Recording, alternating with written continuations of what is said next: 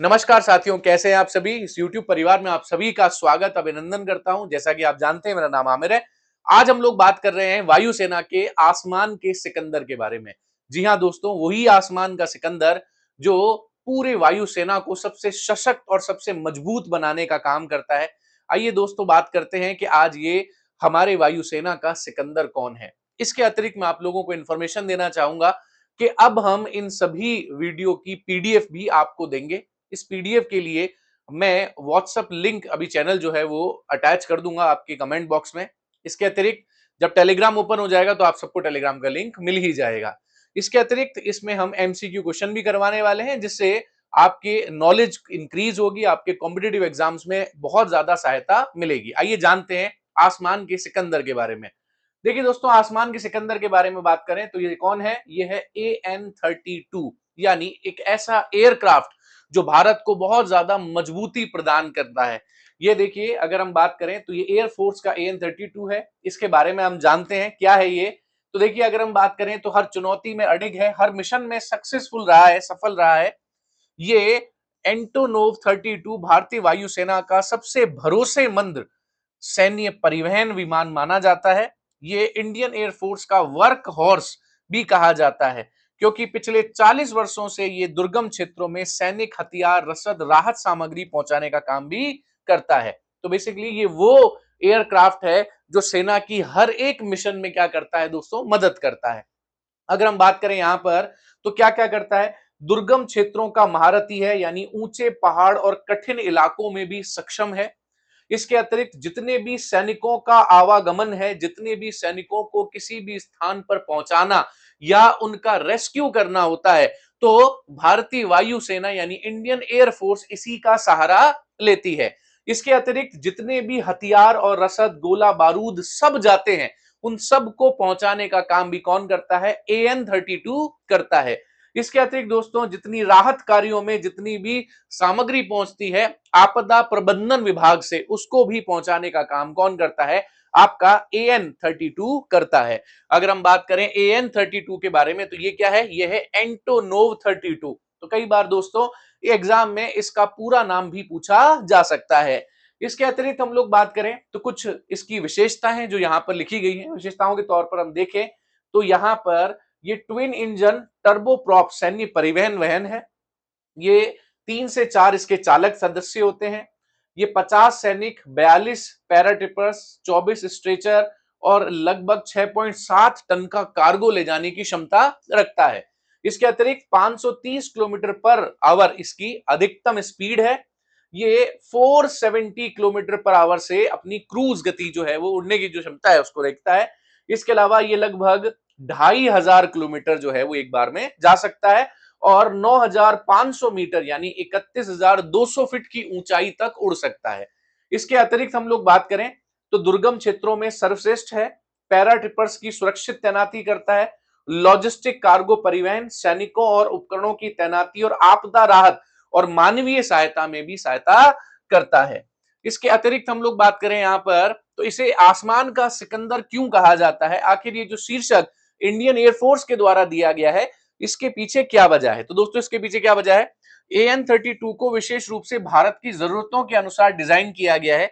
इसके शक्तिशाली इंजन और पंखों के ऊपर लगे होते हैं, जिससे ये कच्ची और छोटी हवाई पट्टियों पर उतर जाता है।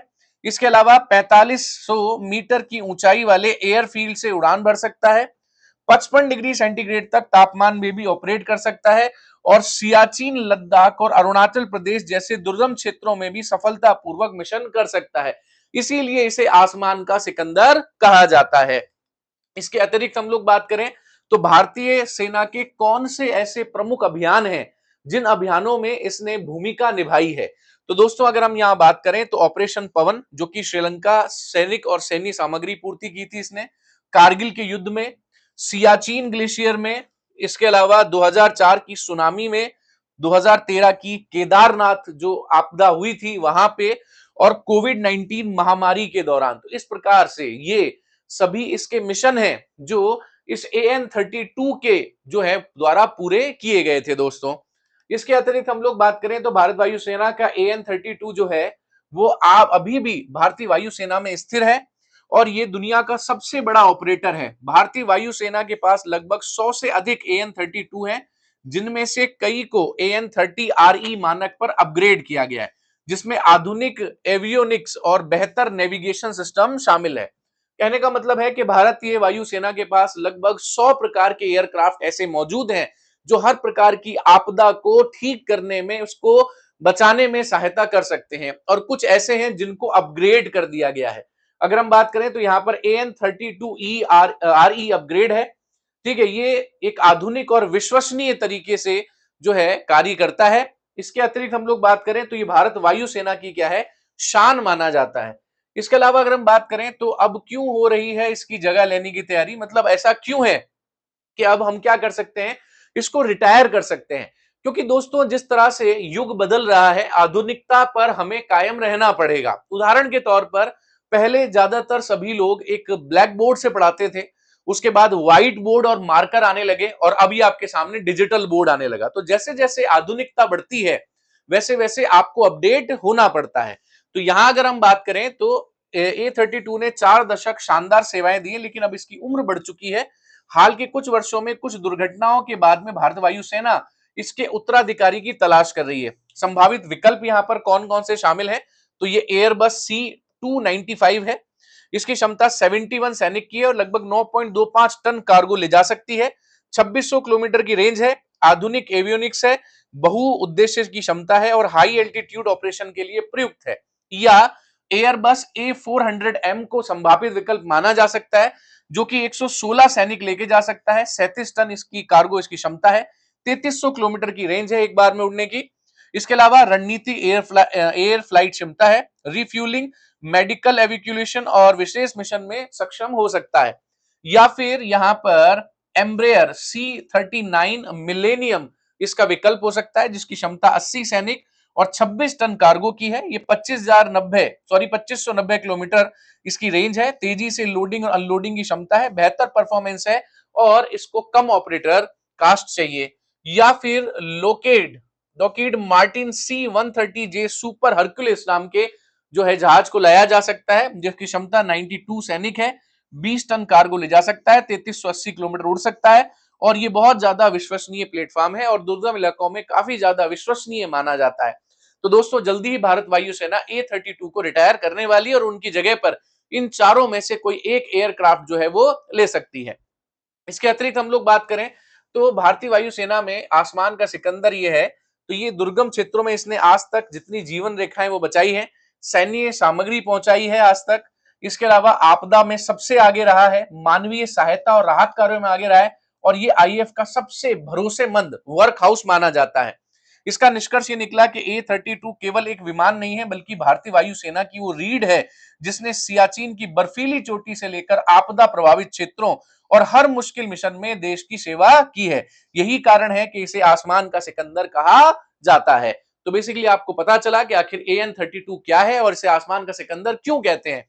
अब हम बात करते हैं इसके संबंध में कुछ प्रश्न के बारे में, कुछ क्वेश्चन के बारे में जो आपके एग्जाम्स में पूछे जा सकते हैं। पहला प्रश्न है कि निम्नलिखित कथनों पर विचार कीजिए। पहला है, ये एक ट्विन इंजन वाला टर्बोप्रॉप है। AN-32 के बारे में बात की जाए तो बिल्कुल सही जवाब है। ये विशेष रूप से उच्च ऊंचाई और गर्म जलवायु वाले क्षेत्रों में संचालन के लिए विकसित किया गया है। तो अभी हमने पढ़ा कि ये सियाचिन ग्लेशियर में और 55 डिग्री सेंटीग्रेड में भी रन कर सकता है, मतलब सेकंड वाला भी ठीक है। इसका निर्माण फ्रांस की एयरबस कंपनी द्वारा किया गया, ये भी यहां पर जो है ये गलत है। इस तरीके से अगर देखा जाए तो यहां पर पहला और दूसरा प्रश्न जो है वो ठीक साबित होते हैं। तो ए ऑप्शन यहां पर ठीक है। ठीक है, अब अगर हम लोग बात करें यहां पे नेक्स्ट वन अगर हम देखें तो भारतीय वायुसेना के AN-32 विमान की विशेषता क्या है? क्या ये केवल समुद्री निगरानी मिशन के लिए प्रयुक्त है? गलत है। ये छोटी और कच्ची हवाई पट्टी के लिए संचालन कर सकता है? एकदम सही है। केवल लड़ाकू विमान के रूप में प्रयुक्त आता है? नहीं, ये आपदा प्रबंधन में भी काम में आता है। परमाणु हथियार ले जाने के लिए विकसित किया गया? नहीं, ऐसा कुछ भी नहीं है। आपदा प्रबंधन और बहुत सारे जो है वो सैन्य हथियारों को ले जाने के लिए सक्षम है, पर परमाणु हथियार को ले जाने के लिए सक्षम नहीं है। इसीलिए यहां दोस्तों बी ऑप्शन जो है वो उसको ठीक माना जाएगा। बी ऑप्शन यहां पर करेक्ट है। अगला प्रश्न देख लेते हैं दोस्तों एक बार। अगला प्रश्न है कि निम्नलिखित में से कौन सा अभियान AN-32 के विमान की भूमिका से संबंध नहीं रखता है? तो दोस्तों कारगिल युद्ध में बिल्कुल मौजूद था, अभी हमने पढ़ा है। केदारनाथ राहत अभियान में भी था 2013 में जो आई थी। इसके अलावा ऑपरेशन पवन में भी था। लेकिन ऑपरेशन मेघदूत यहां पर अगर बात करें तो सियाचिन पर सैन्य नियंत्रण स्थापित करना ये इसके द्वारा नहीं किया गया था। तो यहां पर ये ऑप्शन को ठीक माना जाएगा। ठीक है, अगला क्वेश्चन हम लोग यहां पर देखें तो अगला प्रश्न है AN-32 विमान का विकास किस देश की कंपनी के द्वारा किया गया था? ठीक है, तो क्या ये अमेरिका द्वारा किया गया था? नहीं। क्या ये फ्रांस के द्वारा किया गया था? नहीं। ये बेसिकली अगर बात करें तो किसके द्वारा? सोवियत संघ के द्वारा दिया जाने वाला एयरक्राफ्ट है। ठीक है, तो सोवियत संघ के द्वारा दिया जाने वाला एयरक्राफ्ट है और ये एंटोनोव डिजाइन में बना है। इसके बाद बात करते हैं पांचवें प्रश्न की ओर। भारत वायुसेना में AN-32 संभावित प्रतिस्थापन के रूप में निम्नलिखित में से किस विमानों पर विचार किया जा रहा है? क्या ये एयरबस C-29 है, ये एम्ब्रेयर C-339 मिलेनियम है, ये C-130J सुपर हरकुलिस है, या MiG-29 है? तो दोस्तों अगर हम यहां पर बात करें तो अगर इन सबको देखें हम लोग तो क्या लगता है आपको कि इसमें सही आंसर क्या होगा? तो दोस्तों देखो यहां पर अगर हम देखें तो ये भी हम यूज में अभी ला सकते हैं, ये भी ला सकते हैं, ये भी ला सकते हैं, लेकिन MiG-29 को यहां पर इस एयरक्राफ्ट में शामिल नहीं किया जा सकता। इसीलिए दोस्तों यहां पर बी ऑप्शन जो है वो ठीक माना जाएगा। ठीक है दोस्तों, तो इस प्रकार से अगर हम देखें तो यहां पर हमने भारतीय वायुसेना का एक बहुत महत्वपूर्ण एयरक्राफ्ट यहां पर पढ़ा और इससे रिलेटेड प्रश्न भी हमने किए। आई होप कि आपको सेशन अच्छा लगा होगा। ज्यादा से ज्यादा लाइक और शेयर कीजिए।